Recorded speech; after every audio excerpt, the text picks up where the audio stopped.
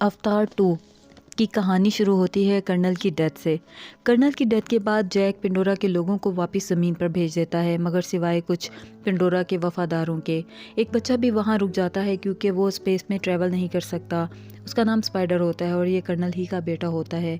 Jack कबीले के leader बन जाता है और उसके 3 बच्चे होते हैं, नीतन, लोहा और बेटी टुक। उधर डॉक्टर कैरी की भी बेटी होती है और इसका नाम भी कैरी होता है। जैक और उसकी फैमिली कैरी को गोद ले लेते हैं और सब बच्चों को एक साथ पालते हैं। स्पाइडर की भी इन बच्चों के साथ अच्छी दोस्ती हो जाती है, मगर जैक की बीवी स्पाइडर को पसंद नहीं करती। जैक अपने बड़े बेटे को शिकार करना सिखाता है। एक रात अचानक जैक और नितनी को आसमान में शिप्स दिखाई देते हैं। देखते ही देखते ये शिप जंगल और जानवरों को आग लगा देते हैं। ये तबाही जैक और नितनी को बहुत परेशान कर देती है क्योंकि इस दफ़ा दुश्मन पहले से कई ज़्यादा ताकत के साथ हमला करता है। 1 साल के बाद कर्नल का क्लोन बनाया जाता है। इस क्लोन को सब याद होता है सिवाय अपनी मौत के, क्योंकि कर्नल वो सारी बातें एक वीडियो में रिकॉर्ड किया करता था सिवाय उसकी मौत के, क्योंकि वो वीडियो बनाकर सारी बातें अवतार को बताता था।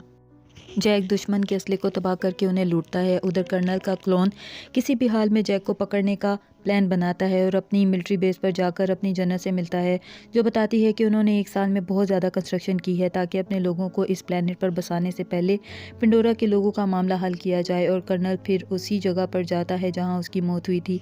इत्तेफाक से वहां जैक के बच्चे और स्पाइडर खेल रहे होते हैं और कर्नल और उसके साथी इनको देख लेते हैं। कर्नल बैटल और सीने में लगे तीर देखकर समझ आता है कि ये उसी का है। जैक का बेटा लोहा अपने माँ बाप को वॉइस डिवाइस के ज़रिए सब कुछ बताता है। वो दोनों सुनकर बहुत परेशान होते हैं और बच्चों को वहाँ से फ़ौरन निकल जाने को कहते हैं, मगर कर्नल के आदमी बच्चों को पकड़ लेते हैं। कर्नल बच्चों की 5 उंगलियाँ देखकर पहचान जाता है कि ये जैक का ही बेटा है, क्योंकि पिंडोरा के लोगों की सिर्फ 4 उंगलियाँ होती हैं। लेकिन स्पाइडर कर्नल को देखकर कुछ अजीब महसूस करने लगता है। कर्नल लोहा से जैक के बारे में पूछता है और वो नहीं बताता। कर्नल कीरा की तरफ बढ़ता है तो स्पाइडर गुस्से में आ जाता है। कर्नल उससे उसका नाम पूछता है और उसे पता चलता है कि ये तो उसी का बेटा है। कर्नल अपने जनरल को वहां बुलाता है। कर्नल को अपने बैटल की मेमोरी से अपने आखिरी वक्त की वीडियो मिलती है। अब उसे पता चलता है कि वो कैसे मरा था। कर्नल अपनी जनरल का इंतज़ार कर रहा होता है कि वहां जैक और नितनी आते हैं और इन दोनों की कर्नल के साथ खूब लड़ाई होती है। वो दोनों अपने बच्चों को बचा लेते हैं, मगर स्पाइडर जख्मी हो जाता है और कर्नल उसे अपने साथ ले जाता है। कैरी और सब दुखी हो जाते हैं। जनरल स्पाइडर को तकलीफ देकर उससे जैक का पता पूछती है, मगर वो कुछ भी नहीं बताता। कर्नल को ये बात बहुत बुरी लगती है और वो ये सब कुछ रोक देता है और जनरल को कहता है कि मैं इससे खुद सारी इन्फॉर्मेशन लेता हूँ। जनरल उसे कहती है कि ये तुम्हारा बेटा नहीं है। जैक अब अपनी जगह बदलना चाहता है क्योंकि ये जगह सेफ़ नहीं रही।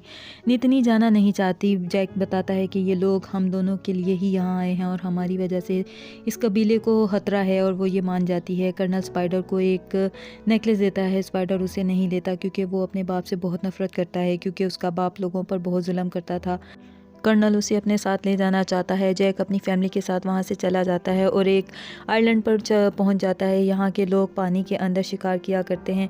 इस कबीले के लोग जैक और उसकी फैमिली की पतली उंगलियों और दुम को देखकर इनका मजाक उड़ाते हैं। इनका सरदार जैक से आने की वजह पूछता है। जैक कहता है कि हम अपने आपके साथ यहाँ रहना चाहते हैं। सरदार कहता है कि तुम जंगल में रहने के आदी हो और हम पानी की तुम्हारी काबिलियत हमारे काम नहीं आ सकती।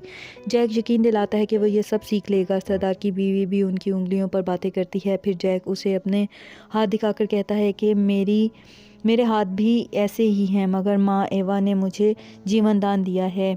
नेतनी कहती है कि जैक ने ही यहाँ के लोगों को बचाया था। सरदार की बीवी कहती है कि अब तो तुम छुपते फिर रहे हो, और जैक सरदार को समझाता है कि वो अपनी फैमिली की हिफाजत के लिए यहाँ आया है। सरदार मान जाता है और अपने लोगों को भी उनके साथ अच्छे तरीके से रहने को कहता है। सरदार के बच्चे जैक के बच्चों को पानी के अंदर ले जाते हैं, जहां वो बच्चे पानी से जल्दी बाहर आ जाते हैं। वो इनके तैरने में मदद करते हैं और इन्हें सारे तरीके सिखाते हैं। पानी के जानवरों को बुलाकर उन पर सवारी करना सिखाते हैं। सरदार भी जैक को बहुत कुछ सिखाता है। बच्चों को पानी में बहुत मज़ा आता है। कर्नल स्पाइडर और अपने साथियों के साथ पिंडोरा के पहाड़ पर चढ़ जाता है, जहाँ एक बेंजन के साथ लड़ते हुए कर्नल पहाड़ से गिर जाता है। सब समझते हैं कि कर्नल मर गया, मगर वो अचानक बेंजन पर सवार होकर सामने आ जाता है। सरदार के बेटे कैरी के साथ बदतमीजी करते हैं। जैक के बेटे इनको मारते हैं, मगर जैक अपने बेटों को खूब डांटता है और लोहा को माफ़ी मांगने का कहता है। लोहा इन लड़कों से माफ़ी मांग लेता है और वो लड़के लोहा को अपने साथ शिकार का कहकर पानी में ले जाते हैं और उसे एक आवाज़ लगाने को कहते हैं। वो आवाज़ निकालता है और सरदार के बेटे चुपके से वहाँ से चले जाते हैं। यहाँ एक खतरनाक पानी का जानवर टुल्कन होता है जो उसे मारने के लिए पीछे आता है। लोहा खुद को बचाना चाहता है और इसलिए अपने आप को छुपा लेता है, मगर सांस लेने के लिए जैसे ही सतह पर जाने लगता है टुल्कन उस पर हमला कर देता है, मगर वहाँ एक और टुल्कन उसे मार देता है और लोहा को बचाकर सतह पर ले जाता है। लोहा उसके जिस्म पर लगा बड़ा सा लोहा निकाल कर उसे तकलीफ़ से आज़ाद कर देता है और दोनों की दोस्ती हो जाती है। उधर सरदार अपने बेटे को जैक के पास लाता है और उसे अपने बेटे की सारी हरकत बताता है। सब लोहा को ढूंढने के लिए निकल रहे होते हैं कि वहाँ लोहा टुल्कन को वापस बेचकर आ जाता है और सारी बात सबको बताता है, लेकिन सरदार के बेटे की गलती छुपाकर उसे मार खाने से बचा लेता है और दोनों में अच्छी दोस्ती हो जाती है। सरदार की बेटी सारी बात सुनकर इस टुल्कन को पहचान जाती है और उसका नाम पाइकन बताती है और ये कि वो एक खूनी जानवर है, मगर लोहा ये मानने को तैयार नहीं और वो वहाँ से चला जाता है। सरदार की बेटी सब बच्चों को अपने साथ इस आइलैंड की खास जगहों पर ले जाती है जहाँ केरी को अपनी माँ दिखाई देती है। केरी की तबीयत ख़राब हो जाती है और वो सब बच्चे उसे वापस ले आते हैं जहाँ सरदार की बीवी केरी का इलाज करती है। कर्नल को एक शिप का पता चलता है जिस पर जैक के दोस्त उसके पास गए थे।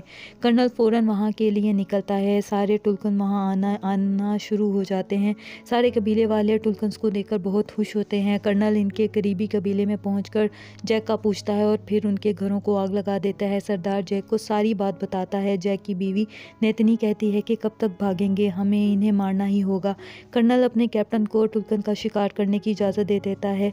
लोहा पाइकन से कहता है कि मैं तुम पर भरोसा करता हूँ, इसलिए तुम्हारे साथ जो हुआ वो तुम मुझे बता सकते हो। दूसरे बच्चे ये सब देख लेते हैं। लोहा पाइकन के मुंह में जाता है और उसे सब पता चल जाता है कि पाइकन ने कबीले वालों को बचाने की कोशिश की थी और किसी को नहीं मारा था। सरदार लोहा को ऐसा करने पर खूब डांटता कि ये टुल्कन पहले दरिंदे थे, फिर मार धाड़ छोड़ दी, लेकिन पाइकन ने इनका ये असूल तोड़कर फिर से मार धाड़ शुरू की। लोहा सच बताने ही लगता है कि जैक इसे रोक देता है। कर्नल की टीम टुल्कन के सरदार पर ट्रैकर लगाती है और इसे मारकर उसके दिमाग से कुछ पीले रंग का मादा निकाल लेती है और ये बताती है कि बहुत महंगा होता है, इसे बेचकर ही कर्नल तुम यहाँ काम कर रहे हो। कबीले वाले उसकी लाश के पास पहुँचते हैं। सरदार की बीवी कहती है कि ये मेरी दोस्त थी और वो बहुत रोती है और जंग का ऐलान करती है। जैक उन्हें मना करता है क्योंकि इस तरह वो तबाह हो जाएंगे और उन्हें कहता है कि टुल्कन को बचाने के लिए ऐसे ट्रैकर्स का पता चलने पर मुझे बताओ, क्योंकि वो इन ट्रैकर्स को बंद कर सकता है। और ये बात टुल्कन को बताने के लिए कहते हैं।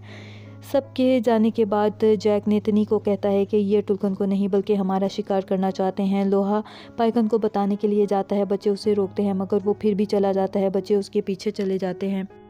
लोहा पाइकन पर ट्रैकर लगा देकर फ़ौरन उसे निकालने की कोशिश करता है। इतने में शिकारी सामने नज़र आ जाता है। सब बच्चे मिलकर भी ट्रैकर निकाल नहीं पाते। लोहा जैक को बताता है और जैक सरदार को। सब उनकी मदद के लिए निकलते हैं।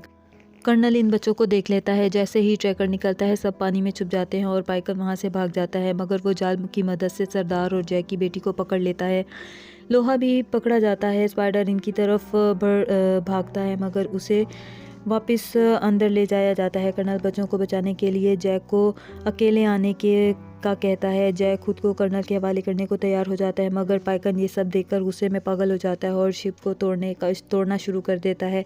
कैप्टन उसका शिकार करने लगता है। कबीले वाले इस जंग में कूद पड़ते हैं। कैप्टन जो रॉकेट पाइकन को मारने के लिए छोड़ता है वो उसी की शिप को लग जाता है। हर तरफ खतरनाक जंग शुरू हो जाती है। अंदर स्पाइडर भी शिप के कंट्रोलर को तोड़ देता है और शिप चट्टान से टकरा जाती है और इसमें पानी भरने लगता है। पाइकन कैप्टन पर हमला करके इसे मार देता है और उसके मरने से ही सारी टीम वापस जाना शुरू हो जाती है। कर्नल कैरी को भी पकड़कर शिप में ले जाता है। टुक और सरदार की बेटी उसे बचाने लगते हैं। कर्नल इन दोनों को भी पकड़ लेता है। कर्नल जैक के बड़े बेटे को गोली मार देता है और वो मर जाता है और नितनी रोने लगती है। कर्नल जैक को बताता है कि उसकी बेटी कर्नल के पास है। जैक उसे बचाने के लिए शिप पर जाता है और धमाका कर देता है और वहाँ आग लग जाती है। नितनी वहाँ जाकर सबको मार देती है। कर्नल कैरी को यरगुमाल बनाकर वहाँ आता है। जैक अपने हथियार रख देता है। नितनी स्पाइडर के गले पर चाकू रखकर कर्नल से कहती है कि लड़के के बदले लड़की, और स्पाइडर पर वार कर देती है, जिससे कर्नल कैरी को छोड़ देता है और कहता है कि फिर आऊँगा तुम सबको ख़त्म करने। जैक उस पर हमला करता है। नितनी बच्चों को लेकर जाने लगती है। पानी के बहाव से वो शिप के अंदर चली जाती है और साथ ही टुक भी अंदर चली जाती है और शिप उल्टा हो जाता है। जैक कर्नल का गला दबाता है और समझता है कि वो मर गया और सांस ना लेने पाने पर उसकी हालत ख़राब हो जाती है। लोहा जैक को बचा लेता है। नितनी और टुक डूबे हुए शिप में फंस जाते हैं। कैरी चमकने वाली मछलियों को बुलाती है जो उनकी बाहर निकलने में मदद करती है। पाइकन भी उनकी मदद करता है। वहाँ से निकलने में स्पाइडर भी कर्नल को बचाकर बाहर निकाल लाता है। कर्नल अपने बेंजन पर बैठकर जाने लगता है। स्पाइडर उसके साथ जाने से इनकार कर देता है। सब जैक के बेटे की आखिरी रस्में करते हैं, उसे पानी के हवाले करते हैं। जैक वहाँ से जाने लगता है मगर सरदार उसे रोक लेता है। जैक और नितनी अपने बेटे को याद करते हैं और फिर हमेशा के लिए वहीं रहते हैं और यहाँ कहानी का एंड हो जाता है।